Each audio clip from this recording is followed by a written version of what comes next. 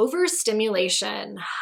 Myself and my daughter know a lot about this as she was born right before Thanksgiving. So she went through Thanksgiving and Christmas and all of the family get-togethers that happen between those times. Like, for example, my husband's birthday is right after Thanksgiving.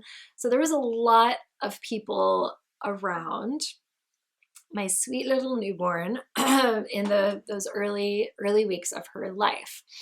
And it helped me remember how some babies deal with overstimulation.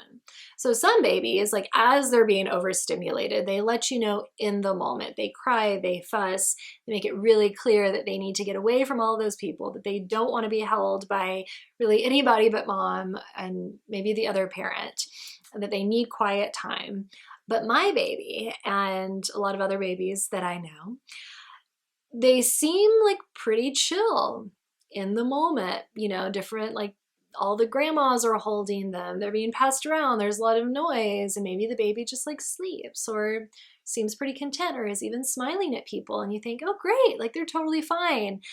And then later, when you have them alone, they get really fussy. And this is how my daughter responds to overstimulation. She seems fine in the moment, but then has a really hard time settling, cannot fall asleep, is just like really crying, like so much where little tears are coming down. So that's something important to notice with your newborn. Are they one that lets you know in the moment that they're overstimulated so you can kind of take them out of that space, go to a quiet room?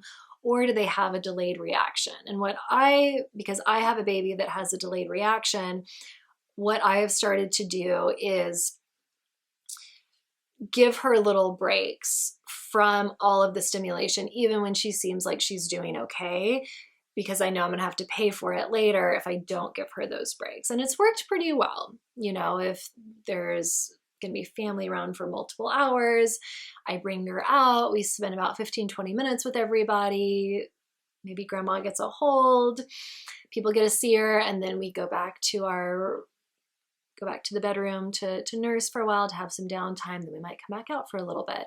And when I do it this way, I typically find that later, you know, that night or when it's time for a nap, she's more chill because I gave her those breaks during all of that stimulation. So that might be helpful for you. Obviously, every baby's different, and we just kind of have to learn the rhythms of our unique newborn and figure out what works best for them and you, of course.